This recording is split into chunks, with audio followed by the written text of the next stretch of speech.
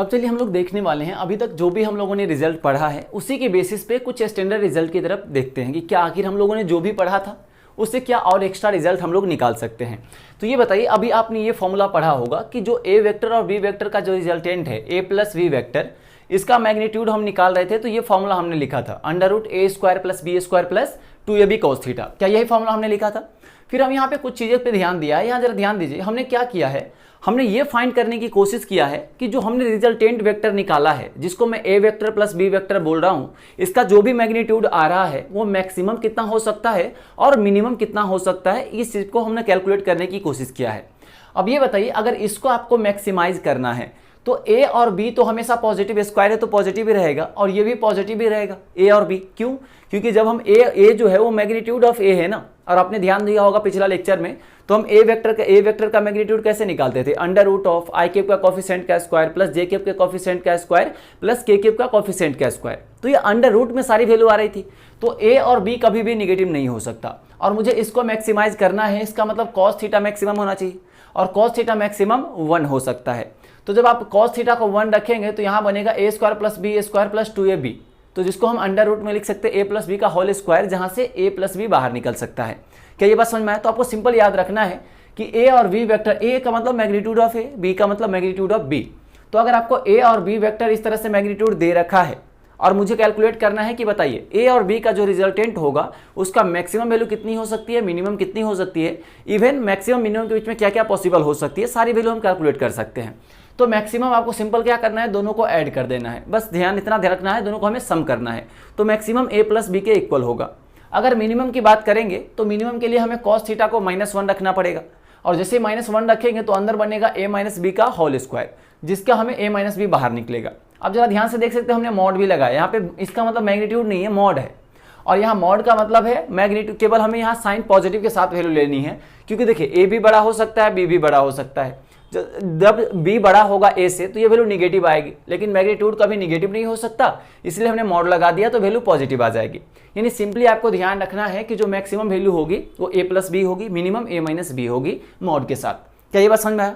इसी चीज को हमने यहाँ पे इंटरवल में लिखा है कि a + b जो है, यानी ए बी का जो रिजल्टेंट वेक्टर है, दोनों का सम, उसका जो मैग्नीट्यूड होगा वो a + b और a - b के बीच का ही कोई वैल्यू होगी।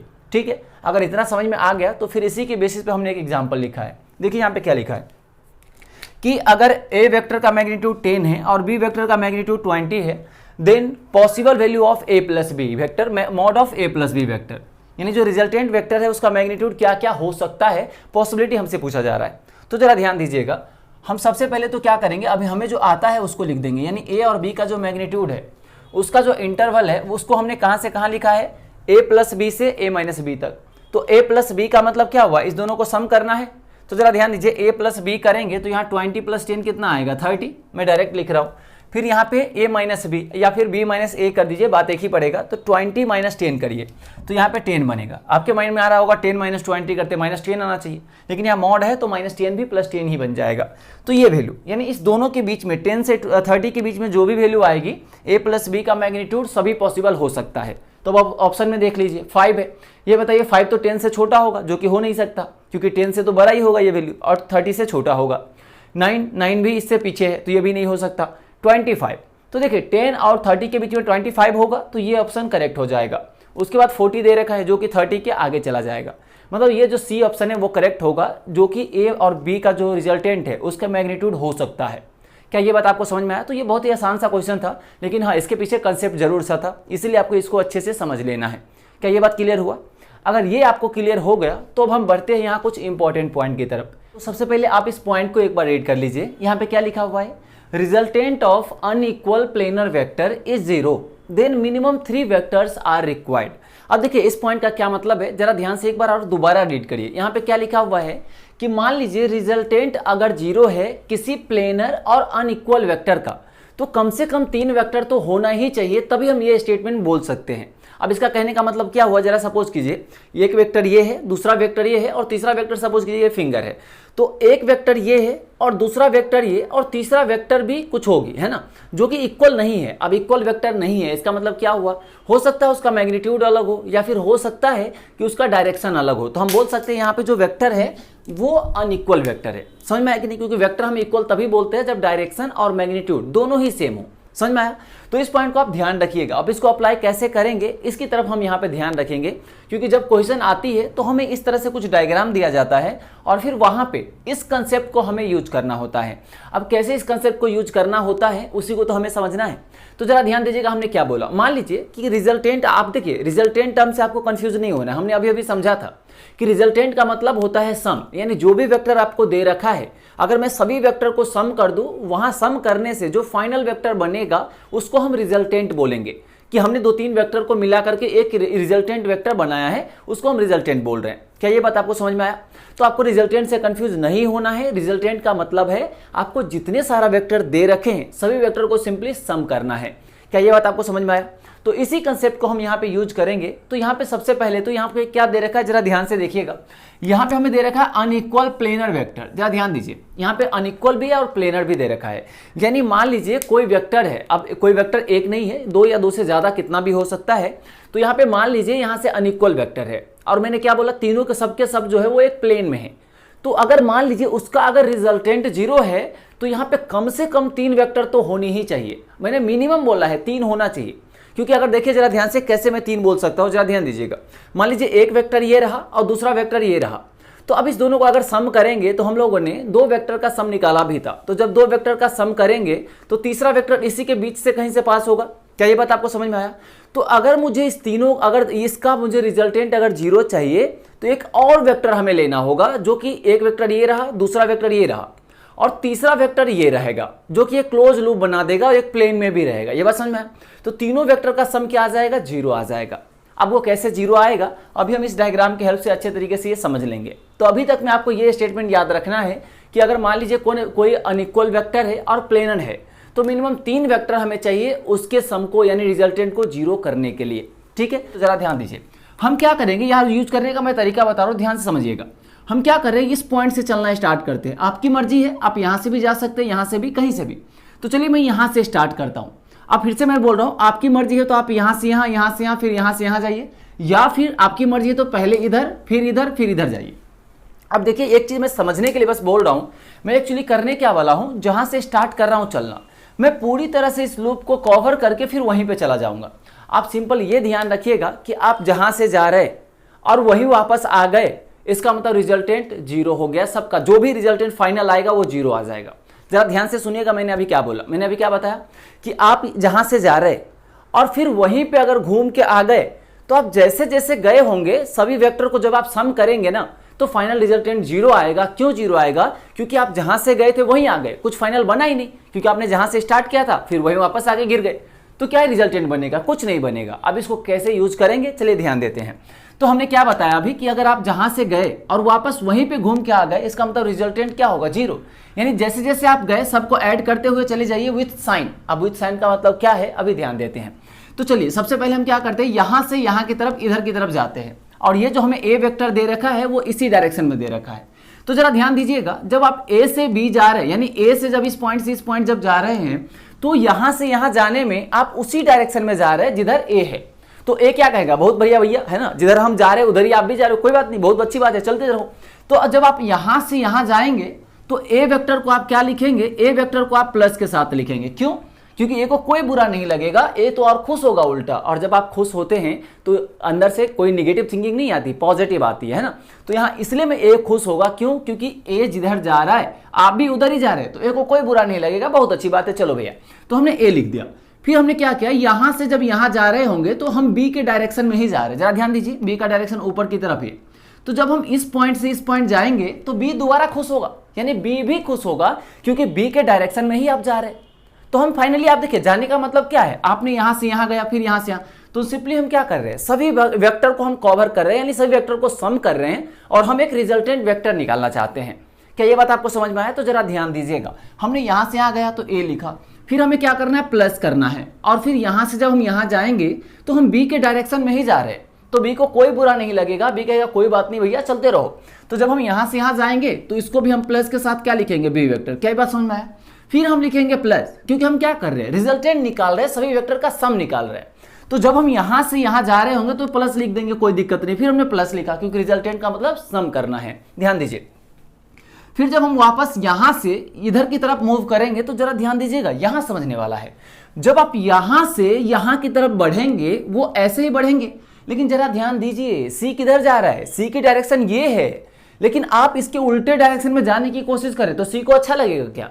सी को बहुत बुरा लगेगा ना, आपको पता नहीं कितनी गाली देगा वो। यानी सी को बुरा लगेगा, इसका तो उसके अंदर जो थिंकिंग आएगी आपको लेकर के वो निगेटिव आएगा। तो जरा ध्यान दीजिए, आप सी के उल्टे डायरेक्शन में जा रहे हैं, इसलिए प्लस तो आएगा ही, प्लस यहाँ पे माइनस सी वेक्टर आएगा। क्या ये बात आपको समझ में आया? क्यों माइनस आया? क्योंकि आप सी के उल्टे डायरेक्शन में जा रहे हैं, तो इसको आप माइनस के साथ ऐड करिएगा। क्या यहाँ तक क्लियर है? फिर देखिए आप जहां से चले थे वहीं आ गए, इसका मतलब सभी का सम क्या आ गया, 0, क्योंकि जहां से हम चले वहीं पे आ गए तो रिजल्टेंट 0। आप सिंपल ये समझिए, ठीक है। तो आप बताइए यहां से अगर मैं थोड़ा सा सिंप्लीफाई करूं, सी को इधर ले जाइए या फिर मैं माइनस को मल्टीप्लाई कर दूं, तो A vector plus B vector minus C vector जो होगा वो 0 होगा। एक रिलेशन तो हमें ये देखने को मिल गया यहां से कि ए बी सी में क्या रिलेशन आएगा। क्या क्लियर है यहां तक? अब जरा एक चीज और ध्यान दीजिएगा जो यहाँ पे समझने वाला है और जो कि हमने अभी पहले कुछ देर पहले भी डिस्कस किया है, वो कौन सी चीज है जरा ध्यान दीजिए। यहाँ पे अगर मैं इसको सी को राइट साइड ले जाऊँ तो यहाँ से क्या बन जाएगा, जरा ध्यान से बताइए। अगर मैं सी को राइट साइड ले जाऊँ तो यहाँ से ए वेक्टर प्लस वी वेक्टर जो बनेगा वो सी वेक्टर बनेगा। और आपको याद होगा हम लोगों ने पैरेललोग्राम एडिशन ऑफ जो ट्राइंगल वाला देखा था हम लोगों ने,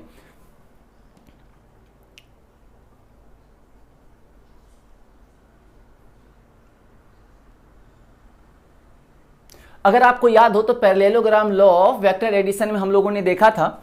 जरा ध्यान दीजिए, ए वेक्टर और प्लस बी वेक्टर मिल करके ये सी वेक्टर ही तो बना रहा है, और देखिए बना रहा है कि नहीं। तो अभी जो हमने ये मेथड जो सीखा है ना लिखने का, कि किस तरह से हम चीजों को यहाँ पे लिख रहे हैं, वो बहुत इंपॉर्टेंट है। आपको ये चीज समझ में आना चाहिए, ठीक है। तो अगर आपको ये चीज समझ में आ गया होगा तो हम नेक्स्ट वाले एग्जाम्पल की तरफ बढ़ेंगे, ठीक है। आपने ये समझ लिया, चलिए आप इसमें लिखते हैं यही कंसेप्ट को। आप सिंपल क्या करना है, आपको कोई सा भी एक पॉइंट पकड़ लीजिए और वहां से चलना स्टार्ट कर दीजिए, ठीक है। तो आप यहाँ पे हम क्या कर रहे हैं, यहाँ पे एक पॉइंट पकड़ते हैं और हम ए वाले वेक्टर के डायरेक्शन में ऐसे चलना स्टार्ट करते हैं। तो आपकी मर्जी है तो इधर भी जा सकते हैं, कोई फर्क पड़ेगा नहीं। तो चलिए मैं इधर ही चलता हूँ। अब यहाँ से जब यहाँ जाएंगे तो क्या है, आप ए के डायरेक्शन में जा रहे हैं तो ए को बुरा लगेगा या अच्छा लगेगा? अच्छा लगेगा, क्योंकि ए के डायरेक्शन में जा रहे हैं तो ए को कोई दिक्कत नहीं। क्या दिक्कत है भाई? बिल्कुल नहीं। तो हम इधर से इधर जाएंगे तो हम क्या लिखेंगे, ए वेक्टर। फिर जब हम यहाँ से यहाँ जा रहे होंगे तो हम बी के डायरेक्शन में ही जा रहे हैं। इसका मतलब ये हुआ कि बी को भी कोई बुरा नहीं लगेगा, तो हम बी प्लस यहाँ पे प्लस वी वेक्टर लिखेंगे। फिर वापस जब हम यहाँ से यहाँ की तरफ जाएंगे तो सी के डायरेक्शन में ही जा रहे हैं, तो अगेन सी को कोई दिक्कत नहीं होगी क्योंकि आप उसी डायरेक्शन में जा रहे हैं जिधर सी है। तो सी को तो और खुशी होगा, चलो भैया मेरे साथ साथ है ना। तो यहाँ पे प्लस सी वेक्टर आ जाएगा। अब फिर देखिए वापस आप कहाँ पहुंच गए, जहां से इधर गए फिर वापस यहाँ फिर यहीं, यानी जहां से चले थे वहीं चले गए। तो फाइनल रिजल्टेंट क्या आया, 0। आप सिंपल इतना ध्यान रखिए, यानी यहाँ पे जो ABC में रिलेशन आएगा वो कुछ ऐसा रिलेशन आएगा। क्या ये बात आपको समझ में आया? अब जरा ध्यान दीजिए, उसी कंसेप्ट को हम क्या करते हैं, इस वाले फिगर में लगाने वाले हैं। अब इस वाले फिगर में कैसे लगाएंगे इसको आप बहुत ध्यान से समझिएगा। देखिए यहाँ पे हम सबसे पहले क्या करने वाले हैं, यहाँ पे देखिए मान लीजिए ये इसमें हमें क्या ABCD जो हमें वेक्टर दिख रहा है उसमें हमें रिलेशन फाइंड करना है कि ABCD में क्या रिलेशन होगा। तो आप एग्जैक्टली वही लगा सकते हैं जो कि यहाँ है, क्योंकि देखिए यहाँ पे हमने क्या लिखा था, अगर 3 अनइक्वल वेक्टर है और वो प्लेनर है तो कम से कम जो हो 3 वेक्टर तो होनी ही चाहिए उसका रिजल्टेंट 0 होने के लिए। समझ में आया कि नहीं? लेकिन 3 से मिनिमम है ना ये 3, यहाँ जरा ध्यान दीजिए, मिनिमम 3, लेकिन 3 से ज्यादा तो कुछ भी हो सकता है। तो यहाँ पे 4 हमने ले लिया। इसी तरह हेक्सागन भी हो सकता है, वहां पे 6 साइड भी हो सकते हैं। समझ में आया कि नहीं? तो यहाँ पे जरा ध्यान दीजिए, हमें क्या करना है, फिर से एक पॉइंट सेलेक्ट करनी है, कोई से भी ले लीजिए, कहीं से भी चलना स्टार्ट कीजिए। तो मैं क्या कर रहा हूँ, इससे इधर की तरफ जा रहा हूँ। मैं हमेशा वो डायरेक्शन सुटेबल समझूंगा जिस डायरेक्शन में ज़्यादा वेक्टर होगा, ताकि मुझे पॉजिटिव लिखने को मिलेगा। आपकी मर्जी है तो आप उल्टा भी जा सकते हैं, बस प्लस माइनस ध्यान रखें कि जब डी इधर है और जब आप उधर जाएंगे उल्टा जाएंगे तो माइनस डी के साथ लिखेंगे, जैसे कि हम लोगों ने यहाँ पे लिखा था, क्योंकि हम सी के उल्टे डायरेक्शन में जा रहे थे तो सी को गुस्सा लगा था इसलिए माइनस लगा। क्या ये बात समझ में आया? तो यहाँ पे बताइए हम क्या लिखें, अगर यहाँ पे हम इधर से इधर चलेंगे तो हमें रिजल्टेंट निकालना है, मतलब सबका सम निकालना है। तो हमने ए वेक्टर लिखा। जब हम यहाँ से यहाँ जाएंगे तो हम बी के डायरेक्शन में ही जा रहे हैं, तो बी को कोई बुरा नहीं लगेगा, मतलब प्लस होगा। फिर प्लस जब हम यहाँ से यहाँ चलेंगे तो सी के ही डायरेक्शन में जा रहे हैं, तो सी को कोई दिक्कत नहीं है, तो यहाँ पे हम सी वेक्टर लिख देंगे। फिर प्लस जब हम वापस यहाँ से यहाँ जा रहे होंगे तो हम डी के ही डायरेक्शन में जा रहे हैं, और डी के डायरेक्शन में जाएंगे तो डी को कोई बुरा नहीं लगेगा, क्योंकि आप उसके साथ साथ उसके डायरेक्शन में जा रहे हैं। तो इस तरह से ABCD का रिलेशन आ जाएगा। क्या ये बात आपको समझ में आया? अगर ये समझ में आया होगा तो देखिए कई बार क्या होता है कि हम डायरेक्ट ऐसे इसको नहीं देखते। अब कैसे देखते हैं, तो थोड़ा कंसेप्ट है इसमें, उसकी तरफ हम थोड़ा सा डिस्कस करना चाहेंगे। और वो कौन सा कंसेप्ट है, तो आप उस बात को बहुत ही ध्यान से समझे। मैं क्या कर रहा हूँ, इस वाले को जरा ध्यान से समझिएगा। मैं क्या कर रहा हूँ, इस वाले को इस वाले से मिला देता हूँ, और यहाँ पे मैं कोई मान लेता हूँ कि ये P वेक्टर है, कोई सा भी हो सकता है। मैंने अपोजिट डायगोनल को मिला दिया और ये जो बना वो P वेक्टर है। अब मैं क्या कर रहा हूँ, दो ट्राइंगल आपको दिख रहे हैं, तो मैं इस दोनों ट्राइंगल में जो अभी मैंने कंसेप्ट ऊपर लगाया था, ये दोनों ही लगा के फिर मैं यही रिलेशन लाने वाला हूँ। आप डायरेक्ट भी लिख सकते हैं, लेकिन इस तरह से मान लीजिए अगर आपको बहुत बड़ा डायग्राम दिया है और उसमें कुछ और भी रिलेशन पूछा जा सकता है, तो आप इस तरह से अपने आप ट्राइंगल क्रिएट कर सकते हैं। क्या ये बात आपको समझ में आया? तो जरा ध्यान दीजिएगा यहाँ पे आपको क्या सोचना है। तो यहाँ पे मैं क्या करूँगा, सबसे पहले मैं इस वाले ट्राइंगल में ऐसे घूमने वाला हूँ, फिर वापस मैं इस वाले ट्राइंगल में ऐसे घूमने वाला हूँ, या फिर मेरा मर्जी है तो ऐसे भी घूम सकते हैं। ठीक है, तो जरा ध्यान दीजिए। सबसे पहले मैं इस वाले ट्राइंगल में घूम रहा हूँ, तो मैंने यहाँ से स्टार्ट किया, यहाँ से यहाँ गए, तो आप क्या लिखेंगे, A वेक्टर उसी डायरेक्शन में जा रहे हैं। फिर जब आप वापस यहाँ से यहाँ जाएंगे तो आप B के ही वेक्टर के डायरेक्शन में जा रहे हैं, तो प्लस V वेक्टर लिखेंगे। लेकिन जब आप यहाँ से यहाँ जाएंगे तो आप P वेक्टर के अपोजिट डायरेक्शन में जा रहे हैं, तो P को बुरा लगेगा, मतलब यहाँ प्लस तो आएगा ही, plus minus of P vector आएगा, और ये हो जाएगा सम 0। क्यों? क्योंकि जहाँ से आपने चला वहीं पे वापस आ गया। क्या ये बात आपको समझ में आया? तो जरा इसको सिंप्लीफाई करिए, या फिर चलिए मैं पहला इक्वेशन इसको बोल देता हूँ। ठीक है, अब मैं वापस दूसरे वाले जो ऊपर वाले ट्राइंगल है इसमें मैं जाने वाला हूँ। अब इसमें कैसे जाएंगे, तो मैं यहीं से चल रहा हूँ, आपकी मर्जी है, आप कहीं से भी चल सकते हैं।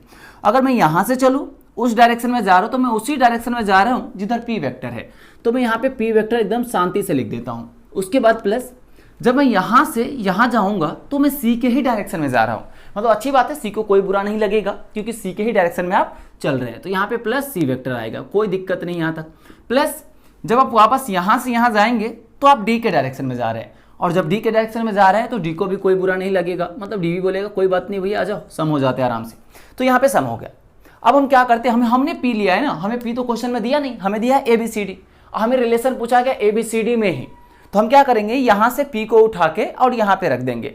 अब बताइए, इस P को आप राइट साइड लेके जाइए, तो इस P को जब आप राइट साइड लेके जाएंगे तो यहाँ P equals to A plus B बनेगा, और मैं उस P को यहाँ पे रख देता हूँ, तो इस वाले इक्वेशन से P equals to A plus B बनेगा।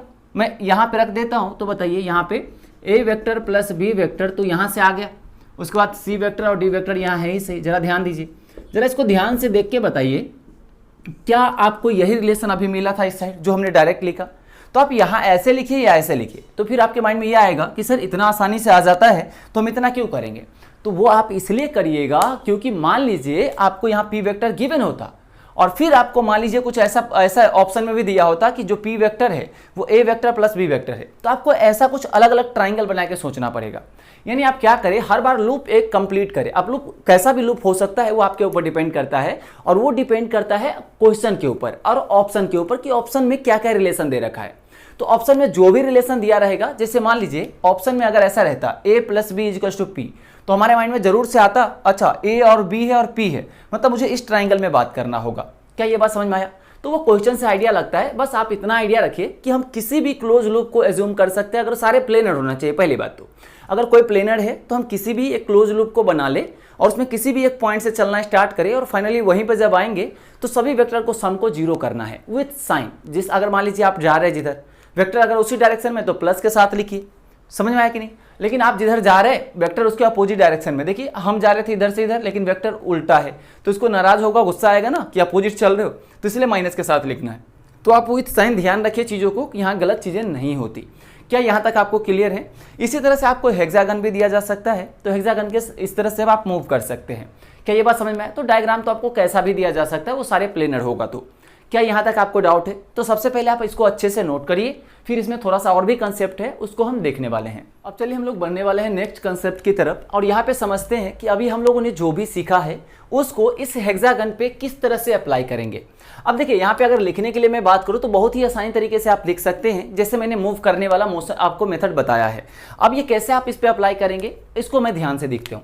मान लीजिए आपको ABCDEF जो भी यहाँ पे लिखा हुआ है वेक्टर, उस सभी में आपको अगर रिलेशन फाइंड करना है तो सबसे पहले आप क्या करेंगे, तो जरा ध्यान दीजिए। मैं सबसे पहले यहाँ पे क्या करने वाला हूँ, इसको मैं फर्स्ट मेथड नाम दे देता हूँ, क्योंकि मैं यहाँ दूसरा मेथड भी देखने वाला हूँ जो कि मैंने यहाँ पे इस तरह से कैलकुलेट किया था। अब इस मेथड का क्या एडवांटेज रहता है, जो वो भी मैंने आपको समझाया कि ऑप्शन के अकॉर्डिंग हमें जाना पड़ेगा। अगर मुझे ABCD में रिलेशन अगर ऑप्शन में दिखेगा तो मैं पूरा का पूरा एक ही बार में कवर करने की कोशिश करूंगा, लेकिन अगर डायगोनल वगैरह भी कुछ दे दिया रहेगा, वो क्वेश्चन में दिया भी जा सकता है। मान लीजिए P वेक्टर आपको क्वेश्चन में दिया है और ऑप्शन में आपको P वेक्टर भी दिया होगा, तो आपको इसमें या फिर इसमें दोनों ट्राइंगल में आपको जाना ही पड़ेगा, तब जाके ये P का टर्म आएगा इक्वेशन में, वरना आएगा ही नहीं। तो वो रिक्वायरमेंट क्या है उस बात पे सारी बातें हम डिपेंड करता है। तो जरा ध्यान दीजिए, यहाँ पे मैं क्या फर्स्ट मेथड में देखने वाला हूँ, मैं किसी भी एक पॉइंट से मोशन करना स्टार्ट कर देता हूँ। अब देखिए इधर भी जा सकते हैं तो कोई दिक्कत नहीं, माइनस लिखना पड़ेगा खाली। तो हमें क्या कर रहा हूँ, उसी डायरेक्शन में जा रहा हूँ जिधर ही वेक्टर की डायरेक्शन है। तो मैं यहाँ पे सबसे पहले मैं यहाँ से जब यहाँ जाऊँगा तो मैं A के डायरेक्शन में जा रहा हूँ, इसलिए मैं प्लस A वेक्टर के साथ लिखने वाला हूँ। फिर प्लस, अब मूव कर रहे हैं मतलब सबको क्या कर रहे हैं, जोड़ रहे हैं, सिंपल सी बात। जब आप यहाँ से यहाँ जाएंगे तो B के डायरेक्शन में जाएंगे, मतलब B को कोई बुरा नहीं लगेगा, तो B खुश है, तो B प्लस में आएगा। फिर यहाँ से यहाँ C के डायरेक्शन में है तो प्लस C वेक्टर, उसी तरह से प्लस D वेक्टर, और उसी तरह से प्लस E वेक्टर, और फाइनली जब हम E से यहाँ जब यहाँ जाएंगे तो F के डायरेक्शन में ही जा रहे हैं तो प्लस F वेक्टर। अब बात वही आ गई कि जहाँ से हम चले थे वहीं पे आ गए, तो जहाँ पे चले वहीं पे आ गए तो आप चले ही नहीं, मतलब फाइनली क्या हो गया, रिजल्टेंट जीरो। तो जितना सारा हमने चले हैं सबको सम कर देना है जीरो, क्योंकि फाइनल हो गया जीरो, क्योंकि आप जहाँ से चले थे वहीं आ गए। क्या ये बात समझ में आया? तो यहाँ से ये रिलेशन आ गया ABCDEF जो भी वेक्टर दे रखा था उसमें। हमें अब दूसरा कैलकुलेट करना है सेकेंड मेथड में। जरा आप ध्यान से समझिएगा सेकेंड मेथड को, क्योंकि एक्चुअली जो कंसेप्ट का जो होता है क्वेश्चन का वो इसी मेथड पे बेस्ड होता है। ठीक है, अब मैं क्या करने वाला हूँ, यहाँ पे कुछ अपने से जूम करने वाला हूँ कुछ। जरा ध्यान दीजिए, मान लीजिए इसको मैंने मिला दिया और फिर यहाँ से कुछ इसको भी मिला दिया, और सपोज कीजिए इसको भी मिला दिया, यानी फाइनली हमने ट्राइंगल बनाया है यहाँ सारा का सारा। और ये सपोज कीजिए P1 वेक्टर है, ये P2 वेक्टर है, और यहाँ पे जो ये दे रखा है वो P3 वेक्टर है, ऐसा कुछ है। ठीक, हमें फाइंड करना है वही ABCD में रिलेशन बताओ, या फिर अगर क्वेश्चन में P1 P2 या P3 के जगह कुछ और भी दिया जा सकता था, मान लीजिए I J K कुछ भी दे सकता है, तो हमें इसके और इस दोनों के बीच में रिलेशन चाहिए होगा, तो हमें क्या करना पड़ेगा, इस ट्राइंगल में जाना पड़ेगा। तो वो डिपेंड करता है रिक्वायरमेंट पे, जैसा कि अभी हमने बात किया। तो मैं सबसे पहले क्या करता हूँ, इस वाले ट्राइंगल में जाता हूँ। जरा ध्यान दीजिए, इस वाले ट्राइंगल में तो मैं फिर से यहीं से चलना स्टार्ट करूंगा। तो जरा ध्यान दीजिए, यहाँ से जब चलेंगे तो यहाँ से यहाँ A वेक्टर के डायरेक्शन में जा रहे हैं, तो सबसे पहले A वेक्टर प्लस यहाँ से यहाँ जाएंगे तो B वेक्टर, और उसके बाद हम यहाँ से यहाँ जाएंगे, क्योंकि इस ट्राइंगल में जाएंगे तो हमें इसको इस क्लोज लूप को कंप्लीट करना है। तो जब यहाँ से यहाँ जाएंगे तो हम P1 के अपोजिट डायरेक्शन में जा रहे हैं, इसका मतलब हमें क्या करना पड़ेगा, प्लस को और P1 को माइनस के साथ लिखना पड़ेगा। क्यों? क्योंकि आप P1 के अपोजिट डायरेक्शन में जा रहे हैं तो माइनस, क्योंकि P1 को बुरा लगेगा तो गुस्सा के साथ आ जाएगा, तो यहाँ से जीरो, क्योंकि आप जहाँ से चले वहीं आ गए। तो यहाँ से बताइए जरा सोच करके कि जो P1 वेक्टर आया वो किसके इक्वल आ गया, तो यहाँ से आया A vector plus B vector. क्या ये बात आपको समझ में आई? ये इक्वेशन नंबर 1 ले लेते हैं। तो आपको ऑप्शन में ऐसा भी दिया जा सकता है, ये वाला साइड दे करके, तो आप यहाँ से निकाल सकते हैं। दूसरा मैं क्या करता हूँ, इस वाले ट्राइंगल में चला जाता हूँ, इस वाले ट्राइंगल में। अब जरा ध्यान से देखिएगा, अगर मैं इस वाले ट्राइंगल में जाता हूँ तो मैं फिर यहीं से चलूंगा। जब यहाँ से यहाँ जाएंगे तो P1 वेक्टर आएगा, तो मैं एकदम शांति से P1 वेक्टर लिख देता हूँ, प्लस यहाँ से यहाँ जाने पे प्लस C1 वेक्टर। क्या समझ में आया कि नहीं? उसके बाद जब यहाँ से यहाँ जाएंगे तो P2 के अपोजिट जा रहे हैं तो माइनस P2 वेक्टर आएगा, इसमें सोचने वाली बात नहीं है, इज इक्वल टू जीरो, क्योंकि जहाँ से चले वहीं आ गए। फिर से मैं बोल रहा हूँ, आप किसी भी पॉइंट से चल सकते हैं, ट्राइंगल कंप्लीट कर सकते हैं, कोई दिक्कत नहीं आएगा, आंसर सेम आएगा। फिर उसके बाद यहाँ से अगर मैं P2 वेक्टर निकालता हूँ तो यहाँ P2 वेक्टर कितना आएगा, तो यहाँ से जरा देख के बताइए, यहाँ से P2 वेक्टर जो आएगा इसको इधर ले जाइए, और यहाँ से बचेगा P1 vector plus C vector. क्या ये बात आपको समझ में आया? और हमने P1 वेक्टर अभी निकाला था, जरा यहाँ पे रखिए। तो यहाँ से जो P2 वेक्टर आया वो आया A vector plus B vector plus C vector. क्या ये बात आपको समझ में आया? ये आया इक्वेशन नंबर 2, इसमें कोई डाउट नहीं होना चाहिए। अब मैं क्या करता हूँ, ट्राइंगल इस ट्राइंगल में जाता हूँ, इस वाले ट्राइंगल में। फिर मैं कैसे जाऊँगा, यहाँ से यहाँ तो प्लस P2 वेक्टर, फिर यहाँ से यहाँ प्लस D वेक्टर, और फिर यहाँ से जब यहाँ आएंगे तो यहाँ पे देखिए जरा ध्यान से, हम P3 के अपोजिट डायरेक्शन में जा रहे हैं, क्योंकि P3 का जो डायरेक्शन है वो ऊपर की तरफ हमने लिया था। तो ये अपोजिट डायरेक्शन में जा रहा है, इसका मतलब हमें इसको माइनस के साथ लिखना पड़ेगा। तो चलिए मैं डायरेक्ट लिख देता हूँ P2 वेक्टर, क्योंकि हम सबसे पहले यहाँ से यहाँ गए, फिर प्लस D वेक्टर, उसके बाद माइनस ऑफ P3 वेक्टर, क्योंकि P3 के अपोजिट जा रहा है तो यहाँ से 0। अब बताइए यहाँ से जो P3 वेक्टर बना वो क्या बना, P2 vector plus D vector. क्या यहाँ तक समझ में आया? और P2 वेक्टर अभी अभी निकाला था, जरा यहाँ रखिए। तो यहाँ से P3 वेक्टर जो बना वो किसके इक्वल बना, तो देखिए A वेक्टर ऊपर से रखिए P2 vector, B vector plus C vector plus D vector, यहाँ तक आया। इक्वेशन नंबर 3 ले लेते हैं। अब चलिए एक ट्रायंगल और बचा हुआ है यहाँ से। तो अगर ये ट्रायंगल ये बचा हुआ है तो इसमें अगर लिखेंगे तो देखिए यहाँ से यहाँ P3 vector plus E vector plus F vector, तो यहाँ चलिए जल्दी जल्दी लिख देते हैं P3 vector plus E vector plus F vector is equals to 0, क्योंकि जहाँ से चले थे वहीं आ गए। तो अब बताइए अगर मैं P3 को यहाँ पे रख दूँ तो यहाँ से क्या बन जाएगा, A vector plus B vector plus C vector plus D vector plus E vector और finally plus F vector is equals to 0। क्या ये बात आपको समझ में आया? क्या यही चीज़ हम लोगों ने स्टार्टिंग में एक लाइन में लिख दिया है कि नहीं?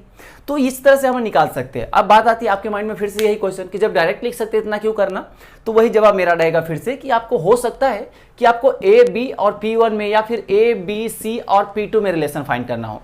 तो आप खुद ही सोच के बताइए, अगर A, B, C और P2 में रिलेशन फाइंड करना होगा तो आप क्या लीजिएगा, तो आप इस वाले लूप को सेलेक्ट करिएगा, पूरा जो भी लूप में ये कवर होगा। तो आप A vector plus B vector plus C vector minus P2 vector equals to 0 करिएगा। तो वो रिक्वायरमेंट पे डिपेंड करता है कि आपको वो क्या फाइंड करवाना चाह रहा है। ठीक है, तो आई होप कि आपको इतना तो समझ में आ गया होगा कि हम इस तरह से अगर प्लेनर वेक्टर कुछ दिया रहेगा तो हम किस तरह से सोल्व करेंगे, हमें जो भी रिक्वायरमेंट रहेगा हम किस तरह से लूप को एज्यूम करेंगे। क्या ये बात आपको समझ में आया? ठीक है, अब चलिए फाइनली एक पॉइंट और देखते हैं, इसको आपको ध्यान रख लेना है इसमें। ठीक है, आप पे जब भी क्वेश्चन आएगा तो प्लेनर पे आएगा, क्योंकि अगर नॉन प्लेनर यहाँ देखिए कुछ लिखा है तो नॉन प्लेनर का मतलब एक अगर ऐसा है तो एक कुछ ऐसा होगा। जरा ध्यान दीजिए, मान लीजिए एक ऐसा है और एक ऐसा है, ये दोनों प्लेनर है। तीसरा मान लीजिए नॉन प्लेनर है तो वो कुछ ऐसा होगा, जरा ध्यान दीजिए। तो ये कभी क्लोज लूप नहीं बनाएगा, 3 रहेगा तो। लेकिन मान लीजिए 4 अगर रहा तो इसके टॉप से ऐसे जोड़ के हम कंप्लीट कर सकते हैं कि नहीं। देखिए यहाँ से यहाँ, यहाँ से यहाँ, यहाँ से यहाँ, फिर यहाँ से यहाँ। तो ये प्लेनर नहीं है लेकिन फिर भी लूप कंप्लीट हो सकता है। तो जब लूप कंप्लीट हो गया इसका मतलब हम एक पॉइंट से जाएंगे तो घूम के वापस वहाँ आ सकते हैं, मतलब रिजल्टेंट 0। क्या ये बात आपको समझ में आया? तो यहाँ बताइए, इस वही चीज़ पे हमने ये पॉइंट लिखा है कि if resultant of non coplanar unequal vectors is 0 then minimum 4 vectors are required. अभी हमने बताया, जरा ध्यान समझिएगा, कि अगर प्लेनर वेक्टर है वो अनइक्वल भी हो सकता है ना, अनइक्वल है लेकिन प्लेनर है। तो प्लेनर में ध्यान दीजिए सभी एक प्लेन में रहेगा। तो ये तीसरा भी ऐसे, देखिए 3 वेक्टर ही मिलकर मिनिमम कितना होगा, क्लोज लूप बना दिया। क्लोज लूप का मतलब तीनों साइड का सम 0। उसी तरह से अगर मान लीजिए अगर यहाँ पे नॉन कोप्लेनर है, मतलब एक इधर है, एक इधर टहल रहा है कहीं, है ना, और एक इधर टहल रहा है कहीं, तो ये 3 देखिए, ये वेक्टर 1, 2 और ये फिंगर मान लीजिए तीसरा वेक्टर है, तो कभी क्लोज लूप बनाएगा? नहीं बनाएगा। लेकिन मान लीजिए एक और ले ले, तो यहाँ से यहाँ एक तीसरा आ गया, यहाँ से यहाँ जोड़ के चौथा बन सकता है। तो मिनिमम 4 वेक्टर चाहिए हमें क्लोज लूप बनाने के लिए, यानी रिजल्टेंट को 0 करने के लिए। क्या यहाँ तक आपको समझ में आया? तो आई होप कि आपको इतना तो समझ में आ गया होगा कि हम यहाँ वेक्टर को किस तरह से सोच रहे हैं। तो आपको इस पॉइंट को और इस पॉइंट को भी ध्यान भी रखना है, क्योंकि ये स्टेटमेंट में कभी कभी डायरेक्ट पूछ लिया जाता है। क्या ये बात आपको समझ में आया? तो आप अच्छे से सारे एग्जाम्पल को आप नोट करिए और खुद भी सोचने की हैबिट डालिए कि अलग अलग ये ट्रायंगल भी ले सकते हैं, या फिर आप 4 कॉर्नर ले सकते हैं, या फिर यहाँ से यहाँ पूरा एक लूप एज्यूम कर सकते हैं। कैसे भी वो डिपेंड करता है कि ऑप्शन में या फिर क्वेश्चन में आपसे किस तरह से रिलेशन पूछा जा रहा है। ठीक है, तो आप अच्छे से इसको लिख लीजिए, इसको अच्छे से रिवाइज करिएगा। हम मिलेंगे नेक्स्ट वीडियो में। जय हिंद।